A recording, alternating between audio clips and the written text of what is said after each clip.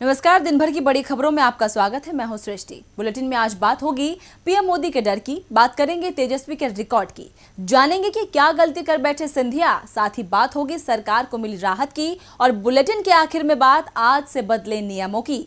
लेकिन तमाम बड़ी खबरों से पहले एक नजर सुर्खियों पर। कांग्रेस सांसद राहुल गांधी की पीएम मोदी से अपील, कहा नए कृषि कानूनों पर पुनर्विचार करें प्रधानमंत्री नरेंद्र मोदी।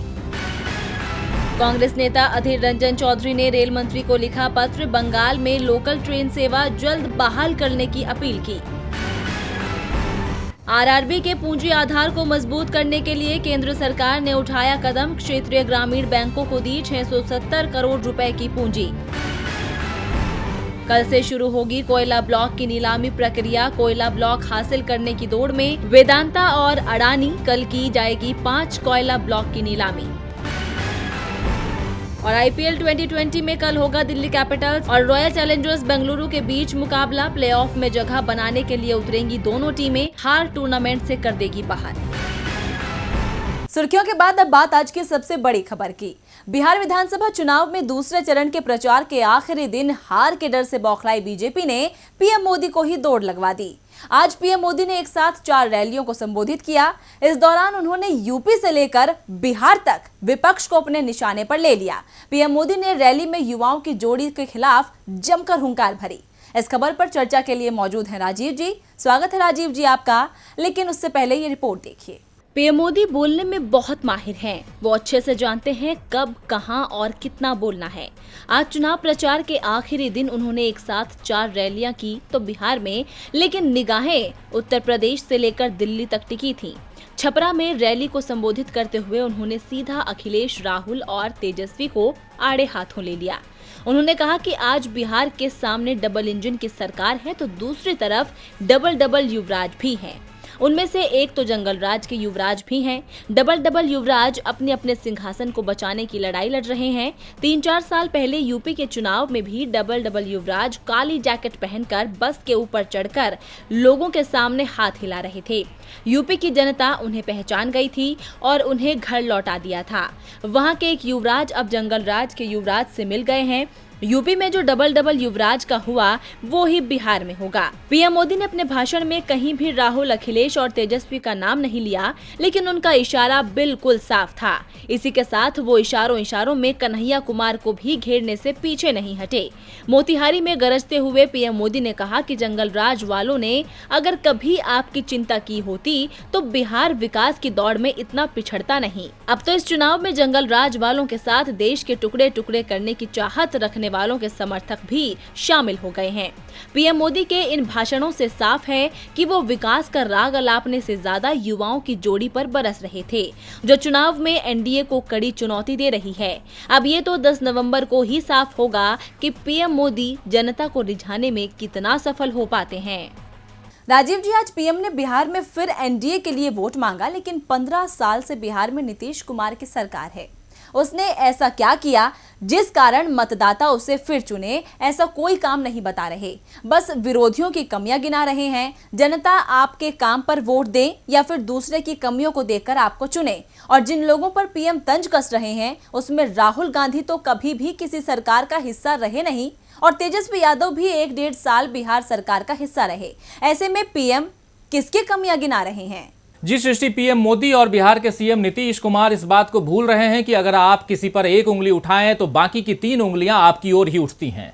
एनडीए के साथ इस वक्त यही हो रहा है। पिछले 15 साल से हम देख रहे हैं कि नीतीश कुमार की सरकार जो है वो बिहार में रही है, लेकिन अब हालत ये है कि चुनाव में अपने किए कामों को वो गिना ही नहीं पा रहे हैं। न वो विकास के कार्यों को लेकर कोई दावा ठीक से कर पा रहे हैं, न रोजगार को लेकर। शिक्षा और स्वास्थ्य व्यवस्थाओं का हाल भी बुरा ही है। 15 सालों में अपराध भी कम नहीं हुए हैं, इसीलिए जंगल राज वाला पीएम का दांव भी फेल होता हुआ यहां नजर आ रहा है। लिहाजा अब वे तेजस्वी यादव, राहुल गांधी और कन्हैया कुमार को घेरने में जुट गए हैं। बिना नाम लिए उन पर तंज कस रहे हैं कि वो युवराज हैं। अगर ऐसा है सृष्टि, तो फिर इस तरह के युवराजों की एनडीए में भी कमी नहीं है और जो चिराग पासवान मोदी जी के हनुमान बने हुए हैं इस वक्त, वो भी भाजपा की डिक्शनरी के हिसाब से युवराज ही हैं। मोदी जी 15 साल पुरानी राजद सरकार को कोस रहे हैं, जिसका हिस्सा न तेजस्वी यादव थे और न ही राहुल गांधी। तेजस्वी यादव जब डिप्टी सीएम बने तब भी सीएम तो नीतीश कुमार ही थे। दरअसल ऐसा लगता है सृष्टि कि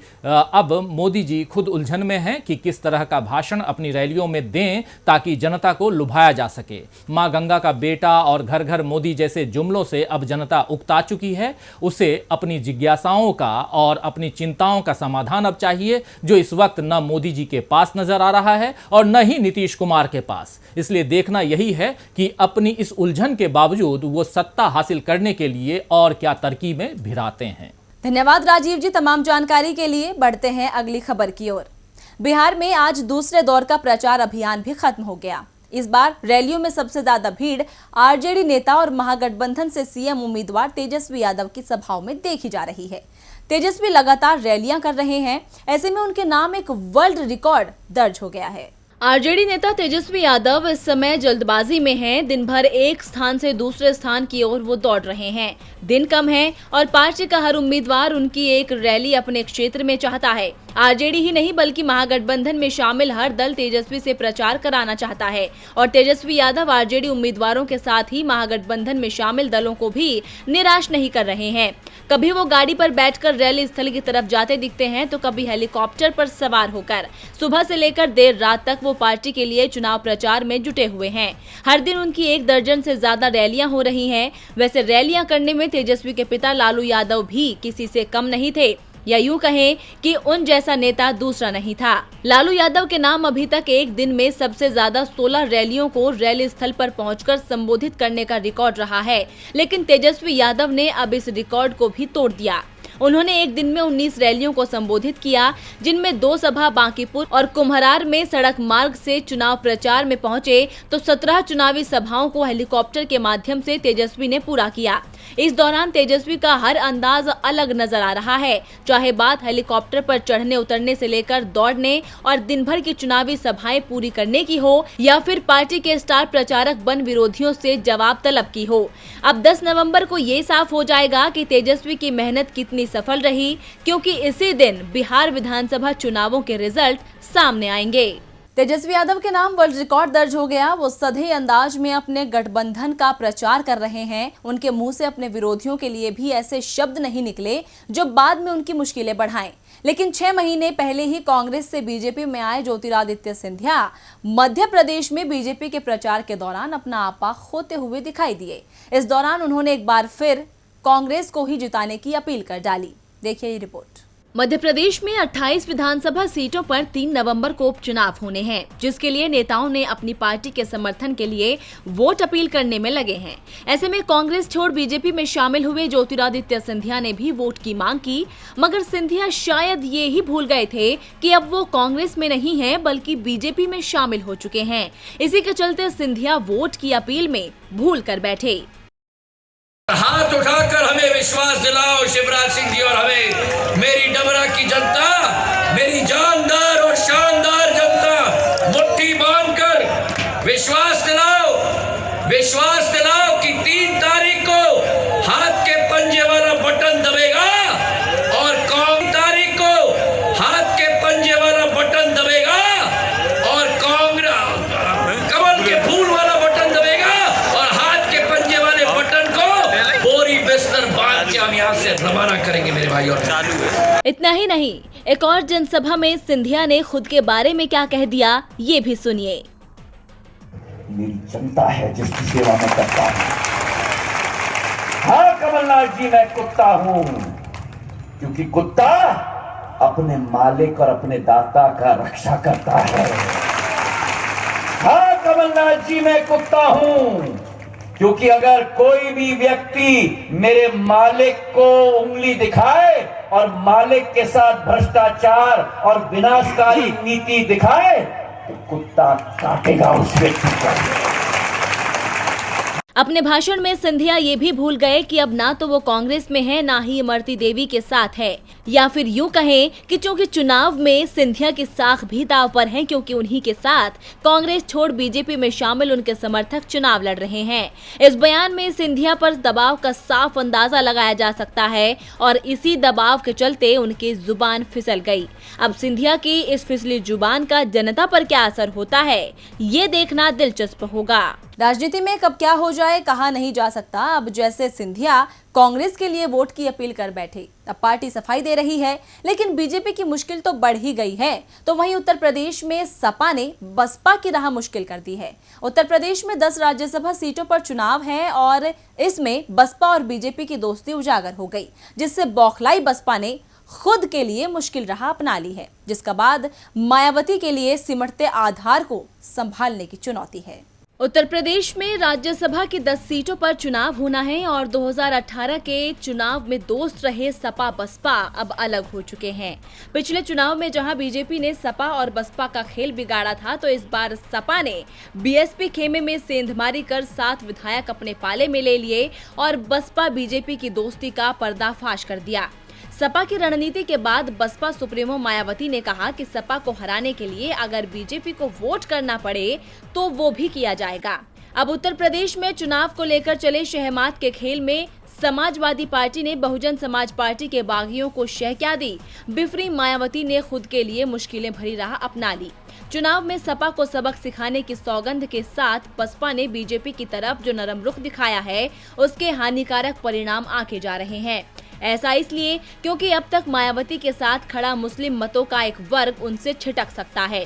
साथ ही बीजेपी के जो असंतुष्ट अपने लिए बसपा में संभावनाएं देख रहे थे, वो भी दूरी बना लेंगे। अब तक तो विरोधी ही मायावती पर बीजेपी से साठगांठ की बात कहते रहे हैं, लेकिन बसपा सुप्रीमो के बीजेपी का साथ देने के ऐलान के बाद सूबे का सियासी माहौल गर्मा गया है, जिसका सीधा नुकसान नीले खेमे में नजर आ रहा है। बता दें कि यूपी की राजनीति में मुस्लिम उसके साथ जाता रहा है जो बीजेपी को हराने की स्थिति में हो। मुस्लिम मतों को लुभाने के लिए खुद को उनका सच्चा हितैषी बताते हुए मायावती भी पूर्व में न केवल उनके ज्यादा टिकट देती रही, बल्कि बीजेपी से साठगांठ के आरोपों को भी सिरे से खारिज करती रही है। लेकिन अब बीजेपी का साथ देने के ऐलान के बाद वो सीधे तौर पर मुस्लिम समाज के निशाने पर होंगी। लेकिन सपा के लिए ये शुभ संकेत साबित हो सकता है, क्योंकि सत्ताधारी बीजेपी से असंतुष्ट नेताओं का रुख भी अब बसपा के बजाय सपा की ओर हो सकता है। क्योंकि कांग्रेस और आम आदमी पार्टी को अभी सूबे में पैर जमाने के लिए खुद ही बहुत मेहनत करनी है, इसलिए असंतुष्टों की पहली पसंद सपा ही बनती दिख रही है। यानी साफ है कि फिलहाल की स्थिति में मायावती के लिए अपना कुनबा बढ़ाना तो दूर की बात है, बल्कि सिमटते जा रहे साम्राज्य को संभालने की भी चुनौती होगी। यूपी में मायावती के सामने सिमटते आधार को संभालने की चुनौती है, तो राजस्थान में गुर्जर को मनाने की चुनौती अशोक गहलोत सरकार के सामने है। राजस्थान में आज यानी 1 नवंबर से गुर्जरों का आंदोलन शुरू होना था, लेकिन इससे पहले ही आंदोलन को लेकर गुर्जर समुदाय 2 हिस्से में बंटता दिख रहा है, जिसके बाद सरकार भी राहत की सांस लेते दिख रही है। पूरा मामला क्या है, रिपोर्ट देखिए। 1 नवंबर को गुर्जरों ने राजस्थान में आंदोलन का ऐलान कर रखा था। सरकार इस आंदोलन को टालने की कोशिश में जुटी थी और इसलिए एक दिन पहले यानी 31 अक्टूबर शनिवार को जयपुर में राज्य की गहलोत सरकार ने गुर्जर नेताओं के साथ बातचीत शुरू की। लगभग 6 घंटे तक ये बातचीत चली, जिसमें सरकार ने गुर्जर समुदाय की अधिकांश मांगों को मानने पर अपनी सहमति जता दी। इसके बाद गुर्जर नेता हिम्मत सिंह ने दावा किया कि हमारी सभी मांगे मान ली गई हैं, इसलिए अब आंदोलन की जरूरत नहीं है। उन्होंने बताया कि सरकार ने इस बात पर सहमति जताई कि गुर्जर आंदोलन के दौरान जितने लोगों पर मामले दर्ज किए गए थे वो वापस लिए जाएंगे। जिन लोगों की जान इस आंदोलन के दौरान चली गई, उनके परिवार वालों को 5 लाख रुपए और घर के एक सदस्य को सरकारी नौकरी दी जाएगी। हिम्मत सिंह ने दावा किया कि सरकार गुर्जर समुदाय के साथ 2011 में हुए समझौते का पालन करने को तैयार है। 2018 में जो विशेष पिछड़ा वर्ग की भर्तियों के पद बचे हैं, उन पर भी गुर्जरों के लिए कोटा रखा जाएगा और 1252 पदों पर नियमित वेतनमान श्रृंखला के तहत सरकारी नौकरी विशेष कोटे के तहत दी जाएगी। इसके साथ ही सरकारी नौकरियों में बैकलॉग में भी गुर्जरों को कोटे का लाभ दिया जाएगा। हिम्मत सिंह ने दावा किया कि जो समझौता हुआ है उसे समाज के सभी वर्गों की सहमति सहमति मिली है और कर्नल किरोड़ी सिंह बैंसला भी इसे स्वीकार करेंगे। लेकिन दूसरी ओर बैंसला ने दूसरा ही रास्ता पकड़ लिया है। बैंसला ने कहा कि जिन गुर्जर नेताओं से सरकार ने बातचीत की है, पहले वो समाज की पंचायत सरकार के साथ हुए समझौते की जानकारी देंगे, उसके बाद ही तय किया जाएगा कि आंदोलन वापस लिया जाए या नहीं। गहलोत सरकार के साथ साथ केंद्र सरकार भी राहत की सांस ले रही है। दरअसल देश में आई महामारी के मद्देनजर सरकार ने पूर्णबंदी लगा दी, जिसके बाद देश की आर्थिक गतिविधियां थम सी गई। अर्थव्यवस्था हो या फिर जीएसटी कलेक्शन, सरकार को हर तरफ से निराशा ही हाथ लगी। लेकिन अब जीएसटी कलेक्शन को लेकर सरकार के लिए थोड़ी राहत की खबर है। रिपोर्ट देखिए। करीब 2 महीने के लॉकडाउन का असर सीधा अर्थव्यवस्था पर दिखाई दिया। अर्थव्यवस्था इस कदर गर्त में गई कि इसे उबरने के लिए सरकार का कोई भी प्लान काम आता नहीं दिख रहा है। सरकार को लगातार चौतरफा आलोचनाओं का सामना करना पड़ा। कुल मिलाकर राजस्व को भारी नुकसान हुआ। लेकिन अब सरकार के लिए राहत भरी खबर ये है कि अक्टूबर 2020 में ग्रॉस जीएसटी रेवेन्यू 1,05,155 हो गया है। आज इस महीने के आधिकारिक आंकड़े जारी किए गए हैं। आंकड़ों के मुताबिक ये पहली बार है जब इस वित्त वर्ष में किसी महीने का gross GST revenue 1 lakh crore रुपए के आंकड़े को पार कर गया है। टोटल जीएसटी रेवेन्यू में से सीजीएसटी यानी सेंट्रल जीएसटी 19,193 करोड़ रुपए, एसजीएसटी यानी स्टेट जीएसटी 25,411 करोड़ रुपए और आईजीएसटी यानी इंटीग्रेटेड जीएसटी 52,540 करोड़ रुपए रहा। वित्त मंत्रालय द्वारा अक्टूबर 2020 में जो रेवेन्यू हासिल हुआ है वो अक्टूबर 2019 के रेवेन्यू से 10% ज्यादा है। अक्टूबर 2019 की तुलना में इस साल अक्टूबर में आयात होने वाले सामान से हासिल होने वाला रेवेन्यू 9% और घरेलू लेन देन से हासिल होने वाला राजस्व 11% ज्यादा रहा है। इस हिसाब से जुलाई, अगस्त और सितंबर 2020 के जीएसटी रेवेन्यू की तुलना अक्टूबर से की जाए तो अर्थव्यवस्था अब रिकवरी की तरफ बढ़ रही है। और बुलेटिन के आखिर में बात आज से बदले नियमों की। महामारी के दौर में पूर्णबंदी लगाई गई, जिसके बाद सरकार ने अनलॉक की प्रक्रिया शुरू कर रखी है। इसी बीच आज यानी 1 नवंबर से देश में अनलॉक 6 की शुरुआत हो चुकी है। तो अनलॉक 6 शुरू होने के बाद आज से क्या कुछ बदला, ये रिपोर्ट देखिए। 1 नवंबर से कई ऐसे बदलाव हो गए हैं जिन्हें जानना हमारे लिए बेहद जरूरी है, क्योंकि हम यदि इन्हें नहीं जानेंगे तो परेशानी में फंस सकते हैं। एलपीजी गैस सिलेंडर की बुकिंग और डिलीवरी की पूरी प्रक्रिया ही बदल गई है। दरअसल अब गैस बुकिंग के बाद ग्राहकों के मोबाइल पर एक ओटीपी नंबर भेजा जाएगा। जब सिलेंडर की डिलीवरी की जाएगी तब ये ओटीपी नंबर डिलीवरी बॉय को देना अनिवार्य होगा। इसके साथ ही एलजीपी गैस सिलेंडर की नई कीमतें भी तय हो गई हैं। सब्सिडी वाले सिलेंडर के दाम पहले की तरह ही रहेंगे, वहीं गैर सब्सिडी वाला सिलेंडर 78 रुपए महंगा हो गया है। अब दिल्ली में बिना सब्सिडी वाले सिलेंडर की कीमत 594 रुपए हो गई है। बैंकों के नियमों में भी बदलाव देखने को मिले हैं। अब बैंकों में पैसा जमा करने और निकालने पर शुल्क देना होगा। बैंक ऑफ बड़ौदा ने इसकी शुरुआत हो चुकी है। 1 नवंबर के बाद से ग्राहक लोन खाते के लिए महीने में 3 बार के बाद जितनी बार भी पैसा निकालेंगे उन्हें 150 रुपए का शुल्क देना होगा। वहीं बचत खाते में खाता धारकों को 3 बार तक पैसा जमा कराना मुफ्त होगा, लेकिन चौथी बार पैसा जमा कराने पर 40 रुपए का शुल्क देना होगा। हालांकि जनधन खाता धारकों को पैसा जमा करने पर अतिरिक्त शुल्क का भुगतान नहीं करना होगा, लेकिन पैसे निकालने पर 100 रुपए का शुल्क देना होगा। एसबीआई ने भी अपने ब्याज दरों में कटौती कर दी है। अब बचत खाता धारकों में 3.5% ब्याज की जगह 3.25% ब्याज ही मिल पाएगा। वहीं 50 करोड़ रुपए से ज्यादा के टर्नओवर वाले कारोबारियों के लिए डिजिटल पेमेंट लेना अब जरूरी होगा।